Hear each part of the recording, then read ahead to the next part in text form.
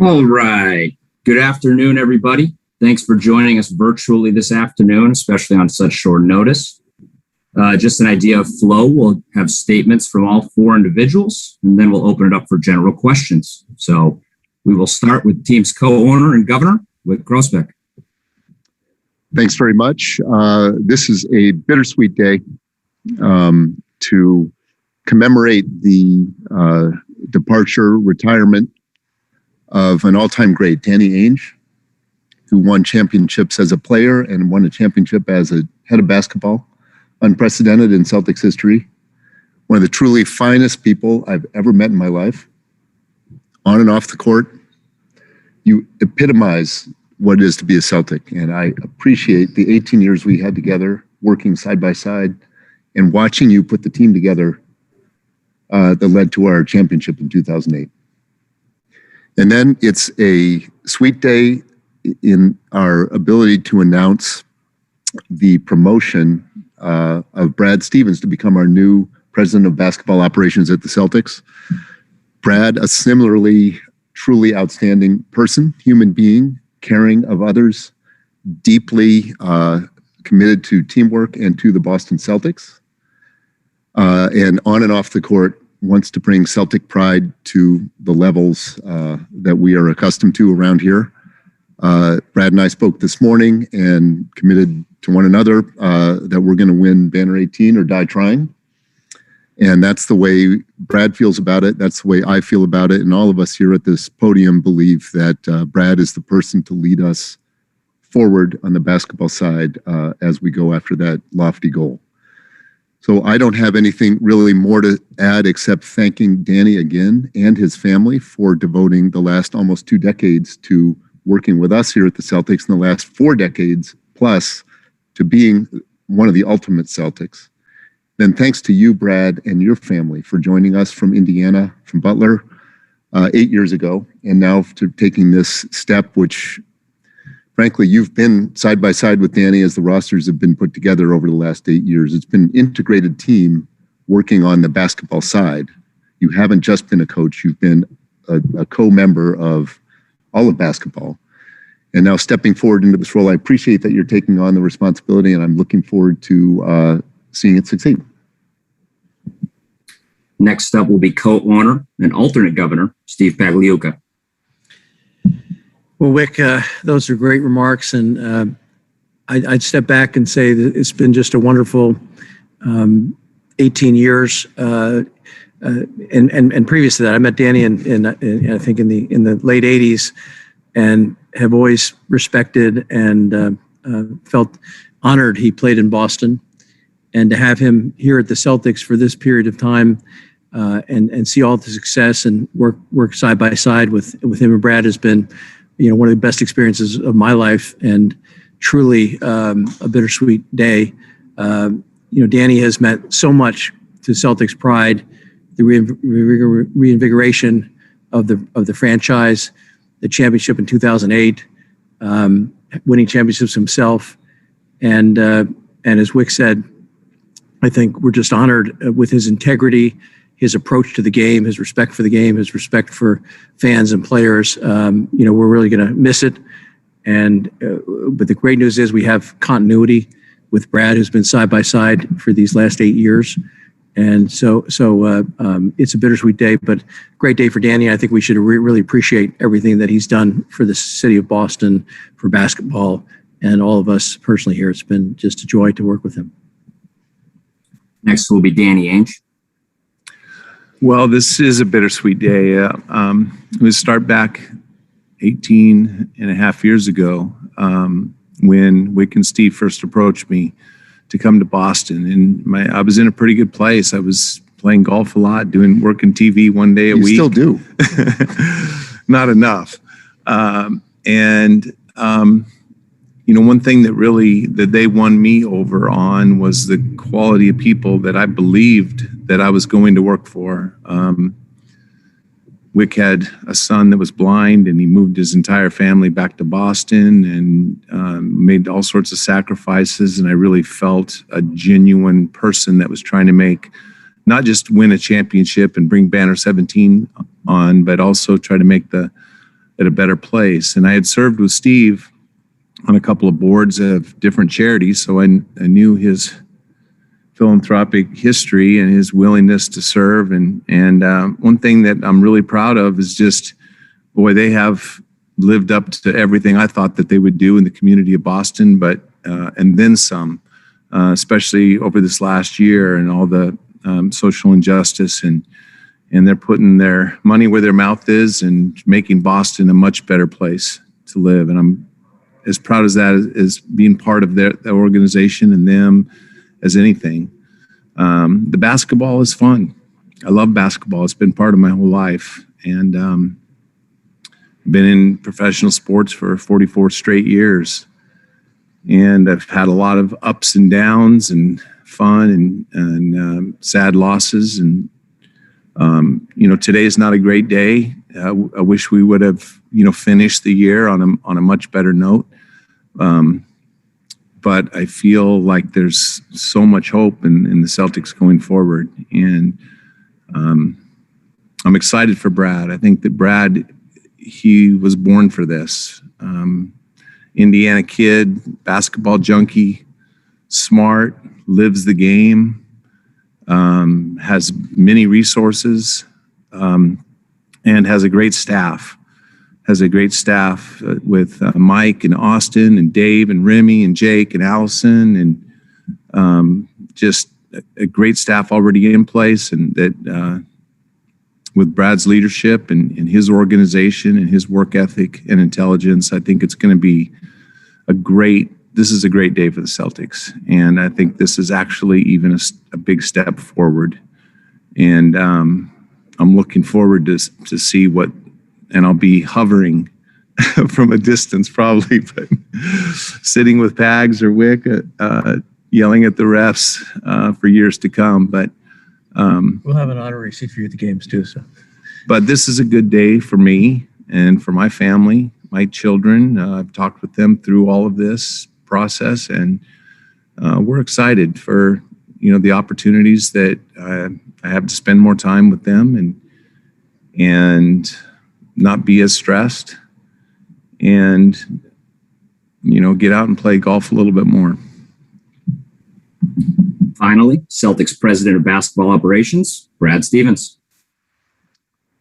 Well, first of all, obviously it's an honor to be trusted with this responsibility by Wyc, by Pags, and then to get a chance to learn from and work alongside Danny all of this time. One of my big fears in coming here was the day that Danny decided he would step away, because when you're in coaching and you ride the waves of each win, each loss, each bad practice drill, each thing that doesn't go your way or does go your way, it's so important to be surrounded by people that have a great understanding of the challenges, that truly love the joys that come with it, but also find great joy in overcoming the toughest of days. And Danny has provided that support as my boss, of constant empowerment for the last 8 years. And today, I'm not the story, and so I'll let this be what it should be, and that is a great celebration for me of a person who I've learned a lot from, and who I've really enjoyed working for. And I know that if any of our assistants were sitting here, if anybody on Danny's staff, if anybody around the Celtics were sitting here, they would all say the same thing. I appreciate the super kind words from Wyc, Pags, and Danny. I understand and am looking forward to this new great challenge and responsibility. And, we're driven to compete for championships. And as Danny said, like yesterday, was a hard day. This morning is a hard day. And I know that there's a lot of work ahead.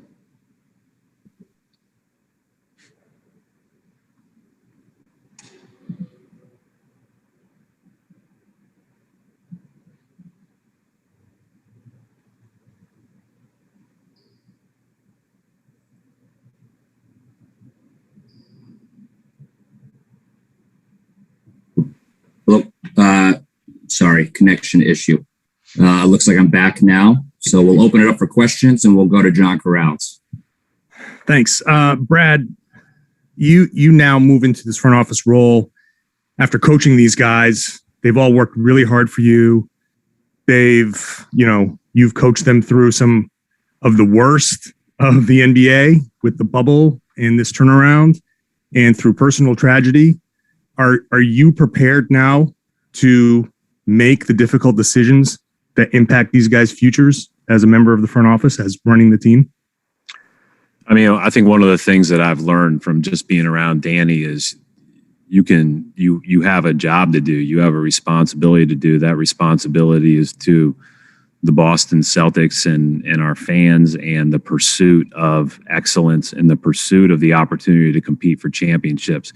But you can also care about people, and you can also be there and do everything you can to help someone and care about them when they're here or no longer here. And I think that that's really important. You're right. We've been through a lot together. At the same time, I think I've got a good idea. One of the benefits of moving into this new role is I've got a good idea of what we do and don't do well, and what can accentuate some of our, best players. And so there's a lot of work to do. There's a lot of work ahead. I mean, obviously, there is a whole process that we'll go through in searching for a new coach. There's obviously roster decisions that must be made. And there's development within our own team and improvement within our own team that has to happen. That said, as Danny said, we are in a good place. We have a lot of really positive things. And, it's our job to capitalize on that. Gary Washburn. Hey, Danny, it's first one for Danny. One, is this retirement health related? Two, are you actually retiring? Are you taking a break? Do you plan to work in an NBA front office sometime soon?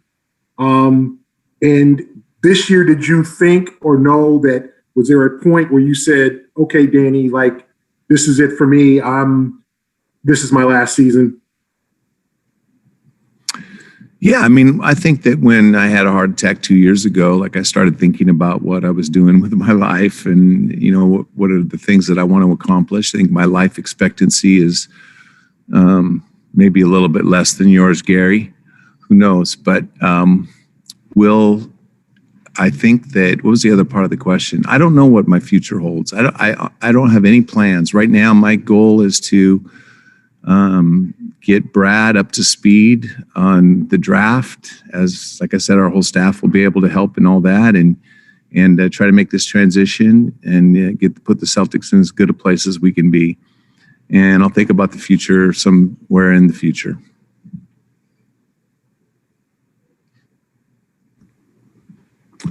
Mark Murphy. Two questions, one for Danny, one for Brad.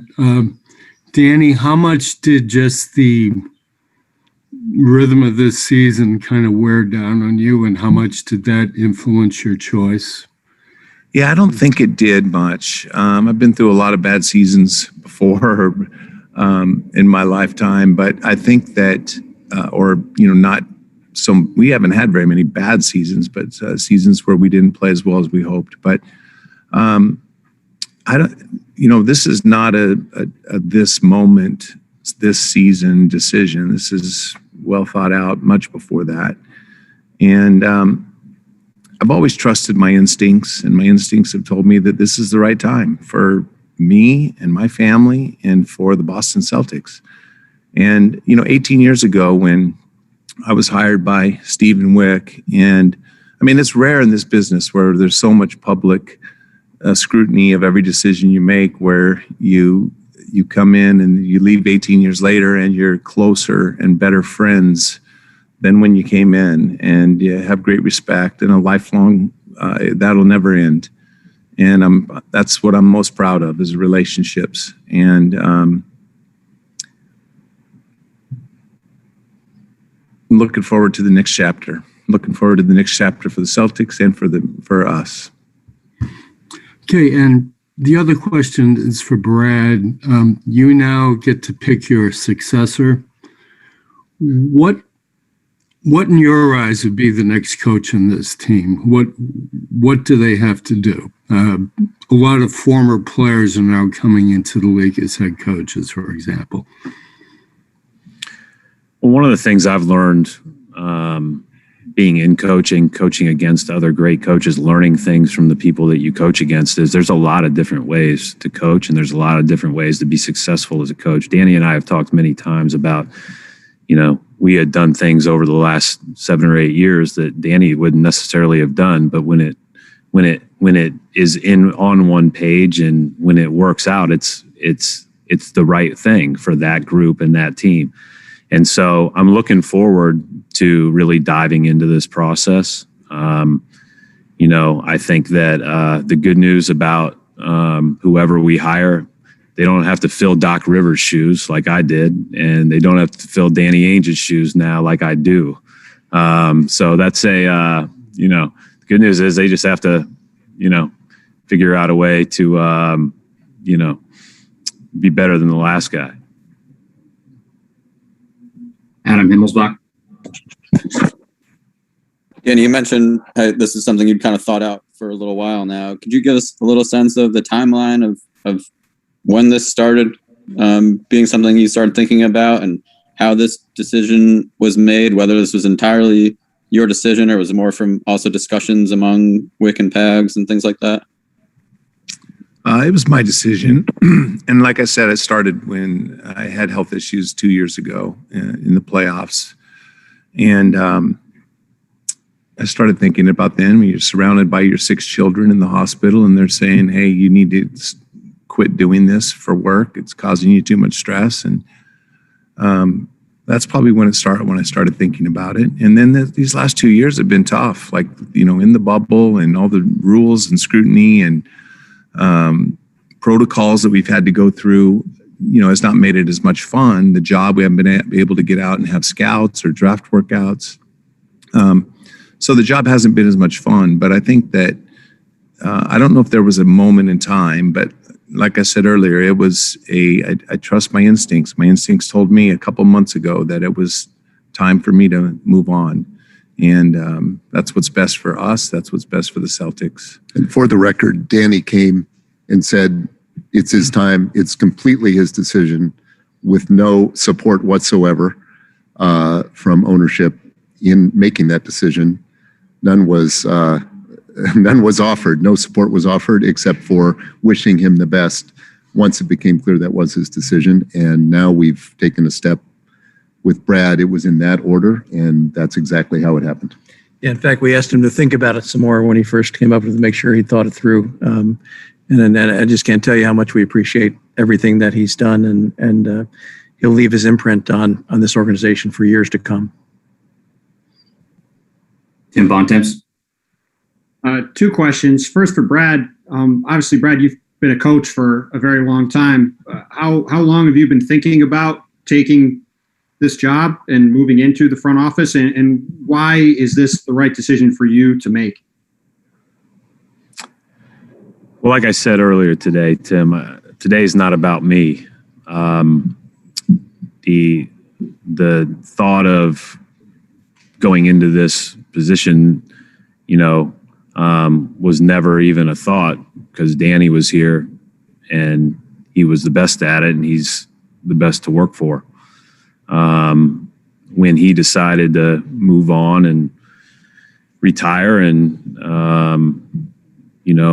go enjoy more time with his family and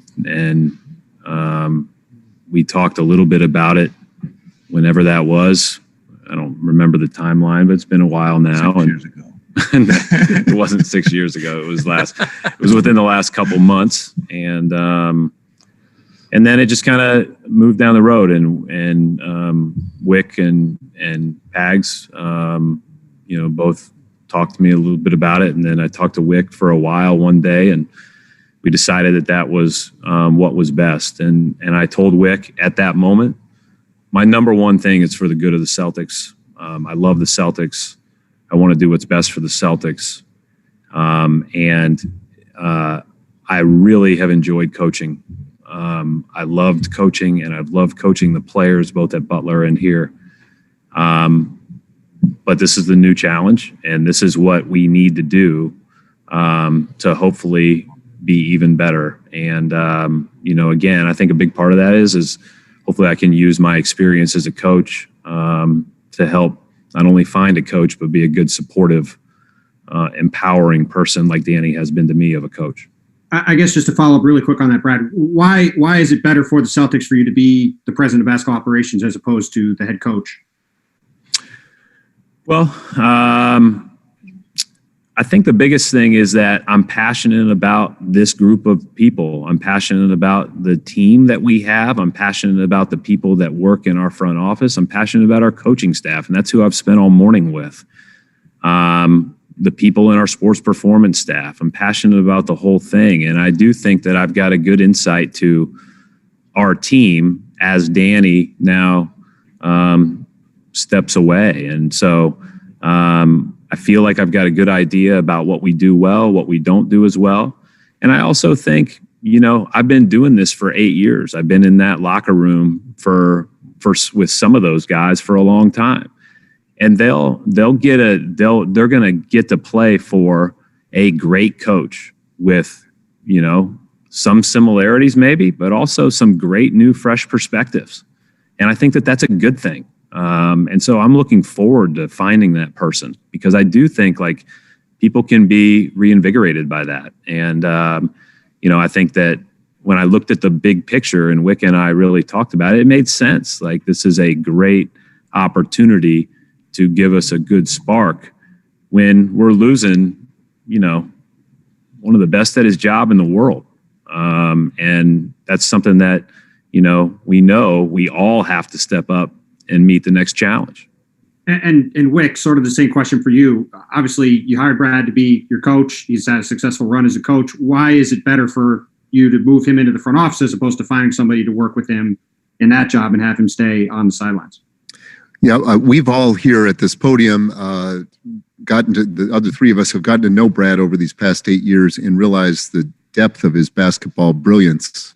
I mean, he's just such an insightful person. It comes out in his coaching, but it just comes out in his analysis of the game day in and day out. He put rosters together, obviously, at Butler, which went nearly all the way. He was at the table here with Danny in the war room and in all of our roster decisions along the way for the 8 years, which has had a number of notable successes. Never went all the way here, but had multiple conference finals and so on, multiple good teams, and drafting some young all-stars. And so Brad's fingerprints and DNA are on this team right now in terms of putting it together, helping Danny. Danny was running it. And so for me and for Steve and the rest of ownership, it was a thought really of saying, this is really a role that I think Brad's been preparing for his whole life in a way, as a player, as a coach, and now stepping in as Danny stepped from coach to front office, thinking that Brad can step from coach to front office. I asked Danny not long ago, what's your top criterion for a successful head of basketball? And he said, someone who can really relate well to the coach and understands the coaching demands. And that's what Brad has to a T. We also have a partnership here with Brad that we built over these many years. And I feel very confident that he's going to fly high in this role and give it everything he's got. And that's what we're asking him to do.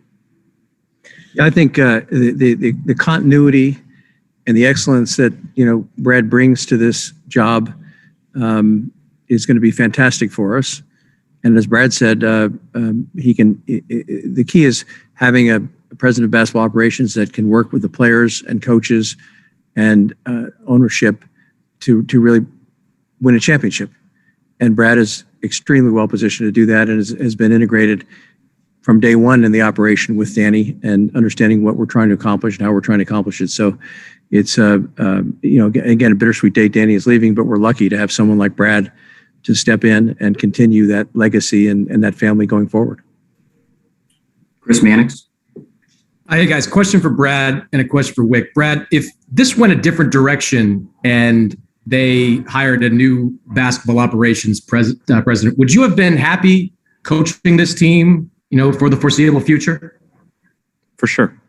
Yeah, no doubt. And again, it goes back to, I love basketball. I've loved my time as a coach, and I also, want what's best for the Celtics and want to do my part into ultimately helping us achieve what we want to achieve. I mean, that's the driver for me. This ownership group, Danny, have treated me unbelievably, and this organization means a lot to me and my family. And so, yes, whatever they would have asked me to do, certainly. And I would have done it, with great, with the same enthusiasm that I have.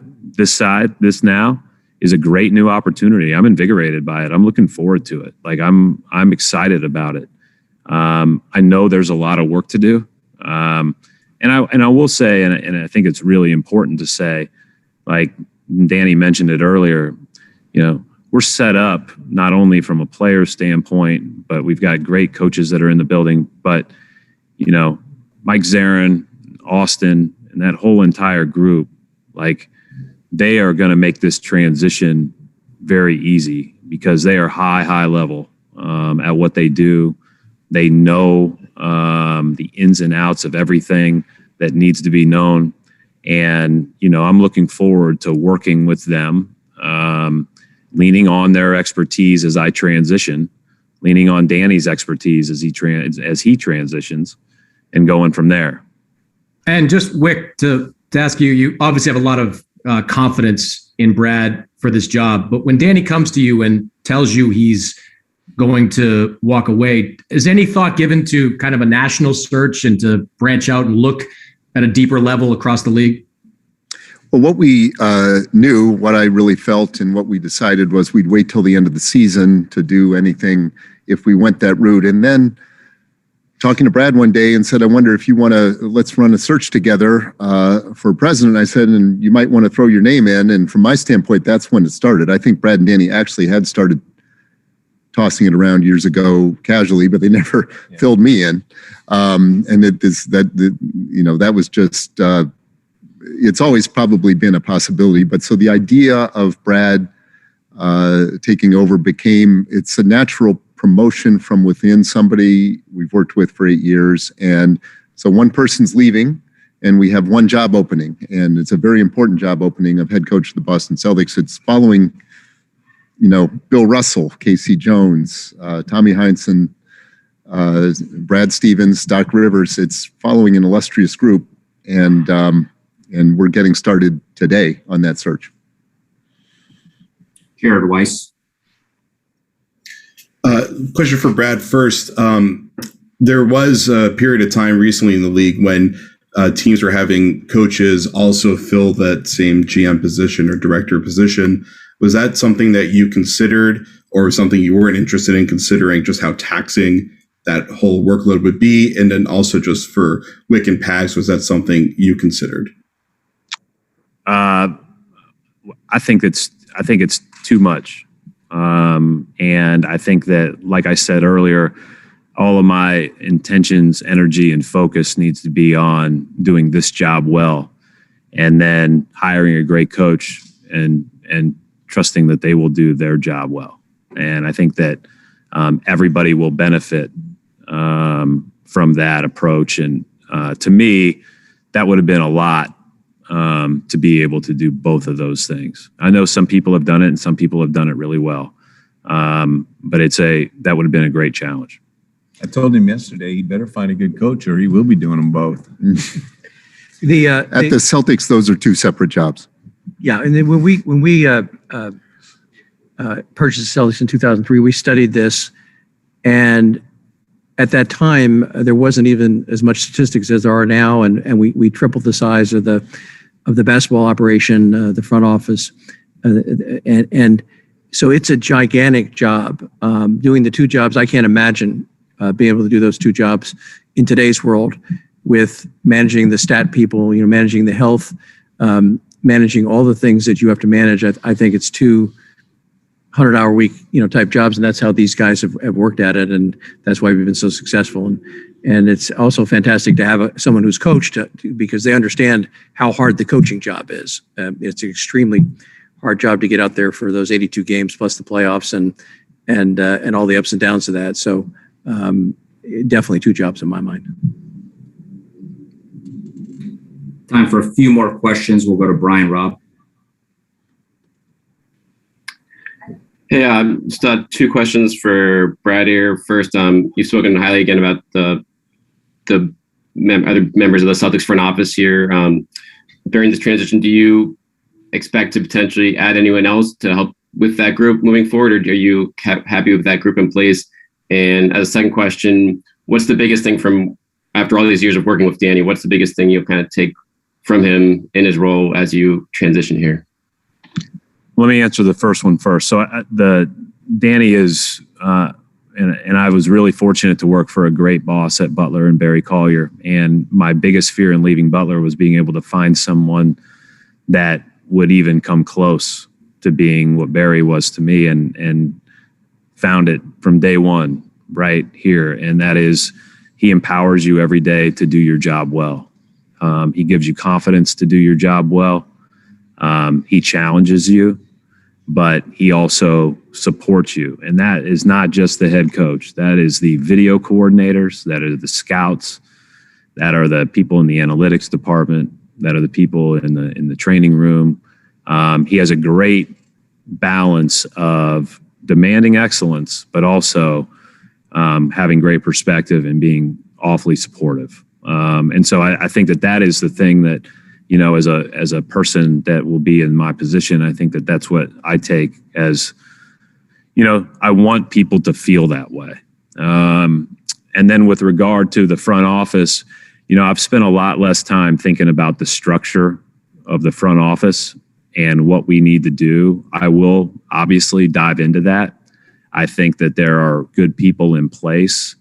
I also think that there are a lot of priorities now that need to be tackled, with obviously hiring a head coach being one. The majority of my focus today and tomorrow is making sure I sit down with my coaching staff and, we talk about how, their next steps and what we can do, because that's the biggest challenge in any of these transitions are the people that are affected by it. And we have an unbelievable group of people that have done a great job here. And, it's my hope that, we could have people around for longer, but at the same time, if not, we want to help them in any way we can. So that's my initial focus. I'll get to the front office alignment and what we need to do as I get more into it. Tom Westerholm. Hey, Brad, there was a report earlier. Just how much did coaching in the bubble sort of take out of you personally? And was that part of your decision to kind of reevaluate?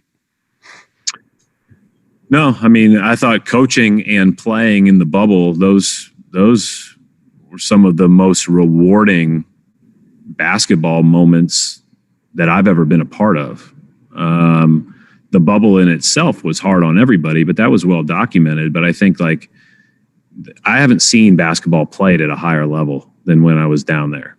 And I think that it was largely due to the fact that we were there every day. We had gym space every day, right down the hallway for 3 hours a day. You could work, you could practice, you could become great as a team. You could do things that in this past year you weren't able to do from a practice perspective.